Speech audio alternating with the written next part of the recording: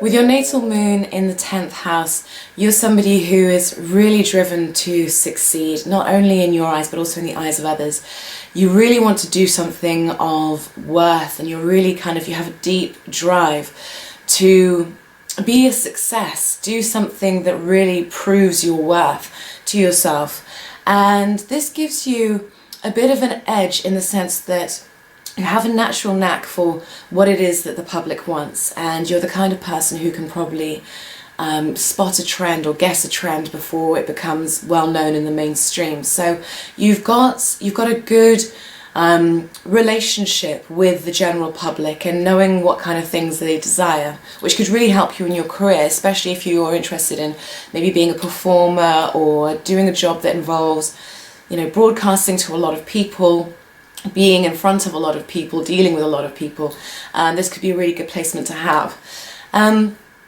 With this placement, there is a chance that your mother might have been somebody who was quite successful, could even have been famous, quite glamorous, and somebody who was very much committed to her public image possibly and her career. It could also be, if the moon is afflicted, it could also be that there was a bit of maybe there felt like a bit of emotional distance between you and your mother. Maybe she dedicated so much time to work or so much time to whatever it was she was doing that she might have had responsibilities that felt like it took her away from you. So you might, on some level, feel a bit of an emotional disconnect. It could be the feeling that your mum is almost out of reach in a sense, because this is the 10th house and it's right opposite the 4th house, which is home and family. And the 10th house is all about, it's more out there. It's about our public image. So there's a feeling of her being almost like unreachable if the moon is harshly afflicted.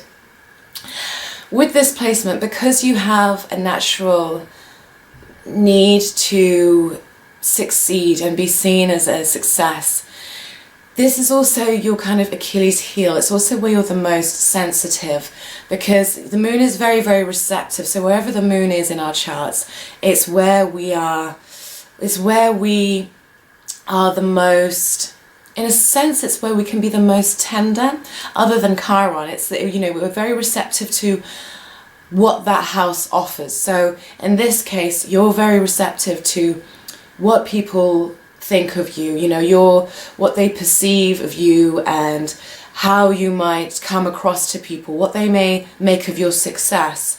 And this could be an area which causes you to maybe have some self-doubt sometimes, and you could be inclined to beat up on yourself if you feel like you haven't achieved everything that you should have achieved.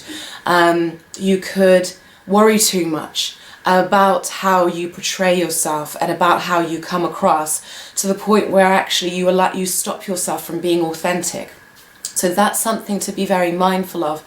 Really, the answer to that lies in a lot of self-acceptance and knowing that you're worthy regardless of what you do, and that other people's opinions of you are not more important than how you feel about yourself.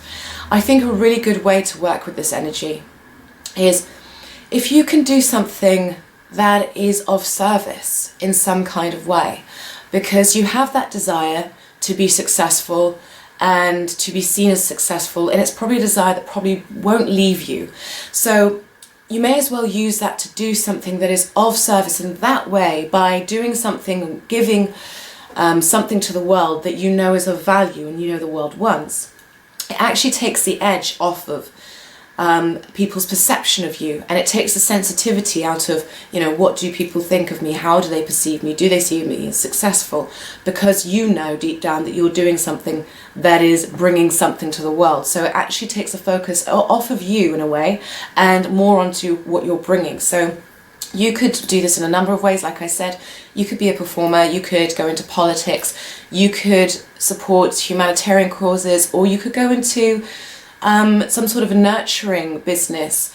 There's a chance that your family you might have come from a family of quite high standing, or they might have a business that they pass down to you, and you do very well in that, especially if it's in any areas like hospitality or anything like that.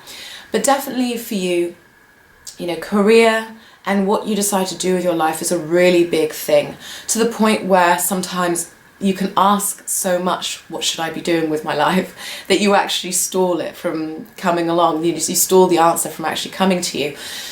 What I would say with this is, do what it is that you love and that you're good at and that brings something to this world. Follow that, and even if it's not what you want to do for the rest of your life, just start there and see where that takes you, because you're likely to find that it takes you on a journey that that takes you to places that you never even expected. But don't be afraid to begin, start somewhere rather than constantly asking, what should I be doing, and then procrastinating in the process. Because of the phases of the moon and the way that she waxes and wanes, it's very likely that your career will go through a lot of different phases, and so that might affect you also financially. You might have career success, and then there might be a bit of a drop, that will obviously, like I said, affect your finances. It's just one of those things. It's not really something that we can control. Like I said, this is the moon, and it's just a reflection of the phases that she goes through. So it's something that you just, I'm afraid, have to kind of accept. But the more you try and keep a clear and logical head, and the more you try and detach your need and desire for recognition from the more you try and detach that from what you do, the more likely you are to make clearer decisions, because sometimes your emotions and this desire to be a success can cloud your judgment, and you can allow sometimes for your emotions to take the lead when you make decisions in relation to your career and what you want to do in life. And there's nothing wrong with that. Obviously, we have to do things that we love, but emotions can change from day to day.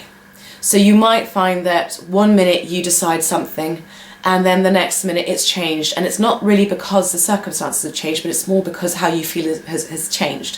So if you can take a step back and just look at things in a logical way, and like I said, look at what you love doing, what you can bring to this world, and implement steps in order to get there, and try and kind of look at it in a logical way, and maybe take some of the fear out of it, take some of the worry out of whether you'll make it or not, then that's a better way to go about things. But ultimately, you are somebody who has a need to be seen and recognized, and that can be a great driving force, especially if you use that for the good of everybody around you.